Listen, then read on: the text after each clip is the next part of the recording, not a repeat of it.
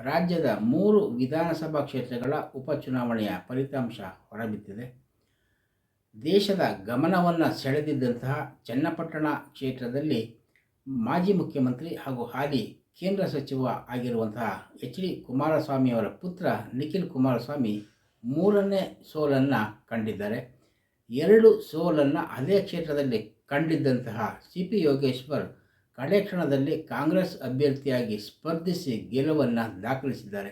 ಹಾಗೆಯೇ ಶಿಗ್ಗಾವಿ ಕ್ಷೇತ್ರದಲ್ಲಿ ಮಾಜಿ ಮುಖ್ಯಮಂತ್ರಿ ಬಸವರಾಜ ಬೊಮ್ಮಾಯಿ ಅವರ ಪುತ್ರ ಭರತ್ ಬೊಮ್ಮಾಯಿ ಸೋಲನ್ನು ಅನುಭವಿಸಿದರೆ, ಸಂಡೂರು ಕ್ಷೇತ್ರದಲ್ಲಿ ಕಾಂಗ್ರೆಸ್ ಅಭ್ಯರ್ಥಿ ಗೆಲುವನ್ನು ಸಾಧಿಸಿದ್ದಾರೆ.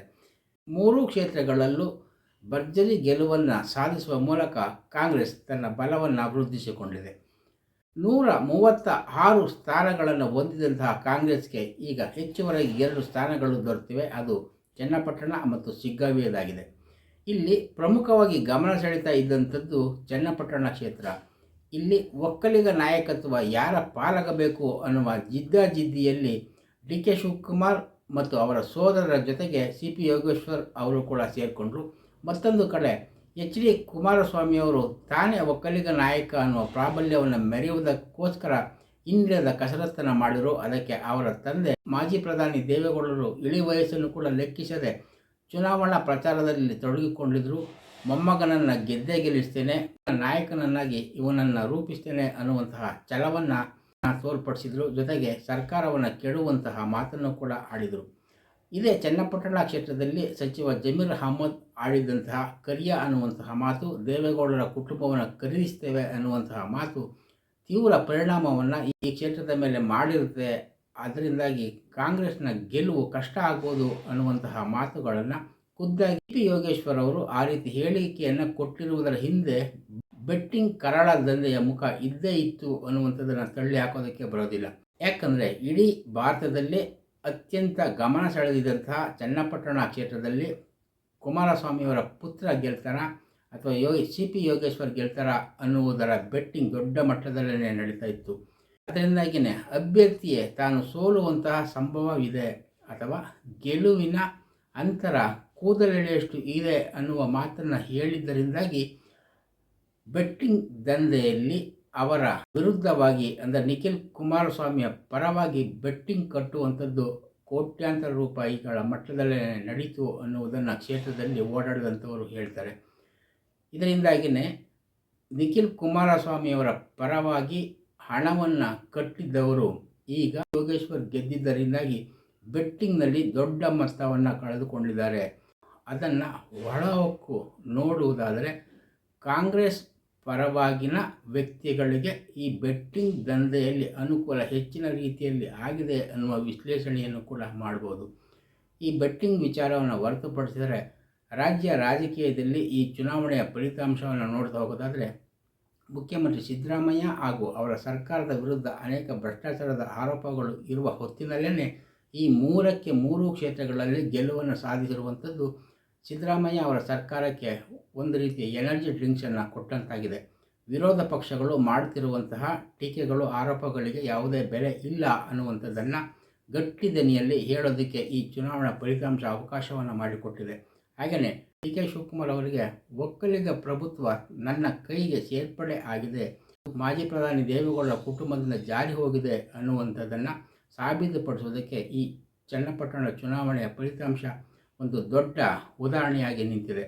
ಇಲ್ಲಿ ಮಾಜಿ ಮುಖ್ಯಮಂತ್ರಿ ಹಾಗೂ ಹಾಲಿ ಕೇಂದ್ರ ಸಚಿವರಾಗಿರುವಂತಹ ಕುಮಾರಸ್ವಾಮಿಯವರು ಈ ಉಪಚುನಾವಣೆಯಲ್ಲಿ ತನ್ನ ಪುತ್ರನನ್ನು ಕಣಕ್ಕೆ ಇಳಿಸಲೇಬಾರದಾಗಿತ್ತು. ಯಾಕೆಂತಂದರೆ ಅವರ ಸೋದರ ಮತ್ತು ಅವರ ಮಕ್ಕಳ ಮೇಲೆ ಇರುವಂತಹ ಲೈಂಗಿಕ ಆರೋಪಗಳ ವಿಚಾರಗಳು ದೊಡ್ಡ ಮಟ್ಟದಲ್ಲೇ ಸುದ್ದಿಯಾಗಿರುವಂತಹ ಸಂದರ್ಭದಲ್ಲಿ ನಿಖಿಲ್ ಕುಮಾರಸ್ವಾಮಿ ಅವರನ್ನು ಕಣಕ್ಕೆ ಇಳಿಸುವುದು ಅಷ್ಟೊಂದು ಸರಿಯಾಗಿರಲಿಲ್ಲ ಅನ್ನುವಂತಹ ಮಾತುಗಳು ಕೂಡ ಅಲ್ಲಲ್ಲಿ ಕೇಳಿಬರ್ತವೆ. ಒಟ್ಟಾರೆಯಾಗಿ ಈ 3 ಚುನಾವಣಾ ಫಲಿತಾಂಶ ಕಾಂಗ್ರೆಸ್ಗೆ ಎನರ್ಜಿ ಡ್ರಿಂಕ್ಸನ್ನು ಕೊಟ್ಟಿದೆ. ಬಸವರಾಜ ಬೊಮ್ಮಾಯಿ ಅವರಿಗೆ ಹಾಗೂ ಭಾರತೀಯ ಜನತಾ ಪಕ್ಷದವರಿಗೆ ದೊಡ್ಡ ಹೊಡೆತವನ್ನು ಕೊಟ್ಟಿದೆ. ಭಾರತೀಯ ಜನತಾ ಪಕ್ಷದಲ್ಲಿ ಈಗಾಗಲೇ ವಿಜೇಂದ್ರ ಅವರನ್ನು ಅಧ್ಯಕ್ಷ ಸ್ಥಾನದಿಂದ ಕೆಳಕ್ಕೆ ಇಳಿಸಬೇಕು ಅನ್ನುವಂತಹ ಹೋರಾಟಗಳು, ಅದೇ ಪಕ್ಷದ ಮುಖಂಡರಿಂದ ಒತ್ತಡಗಳು ಹೆಚ್ಚಾಗ್ತಾ ಇರುವಂತಹ ಸಂದರ್ಭದಲ್ಲೇ ವಿಜೇಂದ್ರ ಅವರ ನಾಯಕತ್ವದಲ್ಲಿ ಇರುವಂತಹ BJPಗೆ ದೊಡ್ಡ ಮುಖಭಂಗ ಆಗಿರುವಂಥದ್ದು ಕೂಡ ವಿಜೇಂದ್ರ ಅವರ ವಿರೋಧಿ ಬಣಕ್ಕೆ ದೊಡ್ಡ ಖುಷಿಯನ್ನು ತಂದುಕೊಟ್ಟಿದೆ. ಈ ಫಲಿತಾಂಶದ ಪರಿಣಾಮವಾಗಿ ರಾಜ್ಯ ಬಿಜೆಪಿಯ ಅಧ್ಯಕ್ಷ ಸ್ಥಾನದಲ್ಲಿ ಬದಲಾವಣೆ ಆಗಬೇಕು ಅನ್ನುವಂತಹ ಹೋರಾಟಕ್ಕೆ ದೊಡ್ಡ ತಿರುವನ್ನು ಅದೇ ಪಕ್ಷದವರಿಗೆ ಕೊಟ್ಕೊಡ್ತಾ ಇದೆ. ಮತ್ತೊಂದೆಡೆ ಜನತಾದಳದಲ್ಲಿ ಕುಮಾರಸ್ವಾಮಿಯವರ ವಿರುದ್ಧ ಈಗಾಗಲೇ ಜಿ ಟಿ ದೇವೇಗೌಡ ಅಂತವರು ಅಸಮಾಧಾನವನ್ನು ಹೊಂದಿದ್ದಾರೆ. ಇದು ಕೂಡ ಮುಂದಿನ ದಿನಗಳಲ್ಲಿ ಯಾವ ರೀತಿಯ ತಿರುವನ್ನು ತೆಗೆದುಕೊಳ್ತದೆ ಅಂತ ಕಾಯ್ದು ನೋಡಬೇಕಾಗಿರುವುದರ ಜೊತೆಗೇ ಒಕ್ಕಲಿಗ ನಾಯಕತ್ವ ನಿಧಾನಕ್ಕೆ ಡಿ ಕೆ ಶಿವಕುಮಾರ್ ಅವರ ಕೈಗೆ ಸೇರ್ತಾ ಇರುವಂಥದ್ದನ್ನು ಈ ಉಪಚುನಾವಣೆಯ ಫಲಿತಾಂಶ ತೋರಿಸ್ಕೊಟ್ಟಿದೆ. ಜೊತೆಗೆ ರಾಮನಗರ ಜಿಲ್ಲೆಯನ್ನು ಮಾಡಿದರೂ ಕುಮಾರಸ್ವಾಮಿ, ಹಾಗೆಯೇ ಚನ್ನಪಟ್ಟಣದಲ್ಲಿ ಇಗ್ಗಲೂರು ಬ್ಯಾರೇಜನ್ನು ಮಾಡಿದ್ದು ಎಚ್ ಡಿ ದೇವೇಗೌಡರು ಅನ್ನುವಂಥದ್ದನ್ನೆಲ್ಲ ಮರೆತು ಈಗ ರಾಮನಗರ ಜಿಲ್ಲೆಯಿಂದಲೇ ಜನತಾದಳ ಹೇಳ ಹೆಸರು ಇಲ್ಲದಂತೆ ಆಗಿಬಿಟ್ಟಿರುವಂಥದ್ದು ಈ ಉಪಚುನಾವಣೆಯ ದೊಡ್ಡ ಹೈಲೈಟ್ ಆಗಿದೆ. ಇದರಿಂದ ರಾಜಕೀಯ ಪಕ್ಷಗಳು ಚುನಾವಣೆಯನ್ನು ಎದುರಿಸಬೇಕಾದಂತಹ ಸಂದರ್ಭದಲ್ಲಿ ಯಾವ ರೀತಿಯ ನಡವಳಿಕೆಗಳನ್ನು ರೂಪಿಸಿಕೊಳ್ಳಬೇಕು, ಯಾವ ತಂತ್ರಗಳನ್ನು ಅಳವಡಿಸಿಕೊಳ್ಳಬೇಕು ಅನ್ನುವುದನ್ನು ಇನ್ನೂ ಚೆನ್ನಾಗಿ ಅರಿತುಕೊಳ್ಳಬೇಕಾದ ಅಗತ್ಯತೆ ಇದೆ. ಇಲ್ಲಿ ಮತದಾರರುಗಳು ತಮ್ಮದೇ ಆದಂತಹ ಇಚ್ಛಾಶಕ್ತಿಯನ್ನು ಮೆರೆಯುತ್ತಾರೆ ಅನ್ನುವಂಥದ್ದು ಸ್ಪಷ್ಟವಾಗಿ ಗೋಚರ ಆಗಿದೆ. ಈ ಹಿನ್ನೆಲೆಯಲ್ಲಿ ಈಗ ಗೆದ್ದಿರುವಂತಹ ಯೋಗೇಶ್ವರ್ ಅವರು ಈ ಗೆಲುವು ನನ್ನದು ಅಂತ ಬೀಗುವಂತಹ ಸ್ಥಿತಿಯಲ್ಲಿಲ್ಲ. ಯಾಕೆಂತಂದರೆ ಆ ಕ್ರೆಡಿಟ್ನ ಶೇರನ್ನು ಅವರು ಡಿ ಕೆ ಶಿವಕುಮಾರ್ ಮತ್ತು ಅವರ ಸೋದರ ಡಿ ಕೆ ಸುರೇಶ್ ಅವರು ಕೊಡಬೇಕಾಗ್ತದೆ. ಸಚಿವ ಜಮೀರ್ ಖಾನ್ ಅವರು ಕೂಡ ಈ ಗೆಲುವಿನಲ್ಲಿ ನನ್ನ ಪಾತ್ರ ಇದೆ ಅನ್ನುವ ಕ್ಲೈಮನ್ನು ಮಾಡಿಕೊಳ್ತಾರೆ. ಹೀಗಾಗಿ ಯೋಗೇಶ್ವರ್ ಅವರ ಗೆಲುವು ವೈಯಕ್ತಿಕವಾಗಿ ಅವರೊಬ್ಬರ ಸಂಪಾದನೆಯಿಂದಲೇ ಗಳಿಸಿಕೊಂಡಂತಹ ಗೆಲುವು ಅಂತ ಆಗೋದಿಲ್ಲ. ಇದಕ್ಕೆ ಷೇರುದಾರರುಗಳು ಇದ್ದಾರೆ. ಆ ಷೇರುದಾರರುಗಳ ಒತ್ತಾಯಕ್ಕೆ ಸಿ ಪಿ ಯೋಗೇಶ್ವರ್ ಅವರು ಒಂದಲ್ಲ ಒಂದಿನ ಮಣಿಯಲೇಬೇಕಾಗುವಂತಹ ರಾಜಕೀಯ ಸಂದರ್ಭ ಮುಂದಿನ ದಿನಗಳಲ್ಲಿ ಒದಗಿ ಬರ್ತವೆ ಅನ್ನುವಂತಹ ನಿರೀಕ್ಷೆಯನ್ನು ಕೂಡ ನಾವು ಮಾಡಲೇಬೇಕಾಗ್ತದೆ. ಇನ್ನು ಬಸವರಾಜ ಬೊಮ್ಮಾಯಿ ಅವರು ಕಡೆ ಕ್ಷಣದವರೆಗೂ ತನ್ನ ಪುತ್ರ ಚುನಾವಣೆಯಲ್ಲಿ ಸ್ಪರ್ಧೆ ಮಾಡೋದೇ ಇಲ್ಲ ಅಂತ ಹೇಳ್ಕೊಂಡು ಬರ್ತಾನೆ ಕೊನೆಗೆ ತನ್ನ ಪುತ್ರನಿಗೆ ಟಿಕೆಟನ್ನು ಕೊಡಿಸಿಕೊಳ್ಳುವಲ್ಲಿ ಸಫಲರಾಗಿದ್ದರು. ಹಾಗೆಯೇ ಆ ಟಿಕೆಟ್ ಗಳಿಸಿಕೊಂಡಿದ್ದನ್ನು ಗೆಲುವಾಗಿ ಪರಿವರ್ತನೆ ಮಾಡಿಕೊಳ್ಳುವುದರಲ್ಲಿ ಸೋತಿದ್ದಾರೆ. ಕಳೆದ ಲೋಕಸಭಾ ಚುನಾವಣೆಯಲ್ಲೇ ಪ್ರಹ್ಲಾದ್ ಜೋಶಿ ಅವರಿಗೆ ಆ ಕ್ಷೇತ್ರದಲ್ಲಿ ಮತಗಳು ಕಡಿಮೆ ಬಂದಾಗಲೇ ಎಚ್ಚೆತ್ತುಕೊಳ್ಳಬೇಕಾಗಿತ್ತು. ನನ್ನ ವಿಧಾನಸಭಾ ಕ್ಷೇತ್ರದಲ್ಲಿ ನನ್ನ ಹಿಡಿತ ತಪ್ತಾ ಇದೆ ಅನ್ನುವಂತಹ ಲೆಕ್ಕಾಚಾರವನ್ನು ಅವರು ಆಗಲೇ ಹಾಕಿಕೊಂಡು ಅದನ್ನು ಸರಿಪಡಿಸಿಕೊಳ್ಳುವಂತಹ ಪ್ರಯತ್ನವನ್ನು ಮಾಡಿದರೆ ಈಗ ಅವರ ಮಗನಿಗೆ ಈ ರೀತಿಯ ಸ್ಥಿತಿ ಬಂದೋದಕ್ಕೆ ಇರಲಿಲ್ಲ ಅಂಥದ್ದನ್ನು ಹೇಳಬೇಕಾಗ್ತದೆ. ಇನ್ನು ಸಂಡೂರು ಕ್ಷೇತ್ರದತ್ತ ಹೋಗುವುದಾದರೆ ಅಲ್ಲಿ ಗೆದ್ದಿರುವಂತಹ ಕಾಂಗ್ರೆಸ್ ಅಭ್ಯರ್ಥಿ ತನ್ನ ಪತಿ ಸಂಸದರಾಗಿ ಆಯ್ಕೆಯಾಗಿ ಹೋಗಿದ್ದರಿಂದ ತೆರವಾಗಿದ್ದ ಸ್ಥಾನದಲ್ಲಿ ನಿಂತು ಗೆದ್ದಿರುವಂಥವರು. ಆ ಭಾಗಕ್ಕೆ ಸಂಬಂಧಪಟ್ಟಂತಹ ಸಚಿವರಾಗಿದ್ದಂತಹ ನಾಗೇಂದ್ರ ಅವರು ವಾಲ್ಮೀಕಿ ಹಗರಣದಲ್ಲಿ ಕೋಟ್ಯಾಂತರ ರೂಪಾಯಿಗಳ ಹಗರಣ ಆಗಿದೆ ಅನ್ನುವಂತಹ ಆರೋಪಗಳಲ್ಲಿ ಸಿಲುಕಿ ಸಂಕಷ್ಟಗಳನ್ನು ಎದುರಿಸ್ತಾ ಇರುವಂಥವರು. ಆದರೆ ಅಂತಹ ಸಂಕಷ್ಟಗಳು, ಅಂತಹ ಆರೋಪಗಳು ಇರುವುದರ ನಡುವೆಯೂ ಅಲ್ಲಿ ಕಾಂಗ್ರೆಸ್ ಅಭ್ಯರ್ಥಿ ನಿರಾಯಾಸವಾಗಿ ಗೆಲುವನ್ನು ಸಾಧಿಸಿದ್ದಾರೆ. ಇಲ್ಲಿ ಮುಖ್ಯವಾಗಿ ಜನಾರ್ದನ ರೆಡ್ಡಿಯವರು 14 ವರ್ಷಗಳಿಂದ ಬಳ್ಳಾರಿ ಜಿಲ್ಲೆಗೆ ಕಾಲಿಡದಂತೆ ನ್ಯಾಯಾಲಯದ ಸೂಚನೆ ಇತ್ತು.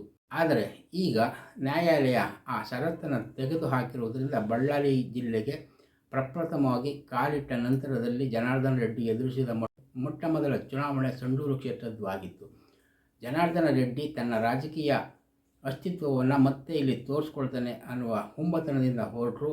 ಇಲ್ಲಿ ಅವರ ಆಪ್ತ ಗೆಳೆಯರೇ ಆಗಿದ್ದಂತಹ ಶ್ರೀರಾಮುಲು ಅಷ್ಟೊಂದು ಕ್ರಿಯಾಶೀಲವಾಗಿ ತೊಡಗಿಕೊಳ್ಳಲಿಲ್ಲ ಅನ್ನುವಂಥದ್ದನ್ನು ಕೂಡ ನಾವು ಮರೆಯಬಾರದು. ಹೀಗೆ ಮೂರೂ ಕ್ಷೇತ್ರಗಳಲ್ಲೂ ಮೂರೂ ಪಕ್ಷಗಳಲ್ಲೂ ನಾನಾ ರೀತಿಯ ಒಳಮುಖಗಳು ಕೂಡ ಅನಾವರಣವನ್ನು ಮಾಡಿಕೊಂಡವು.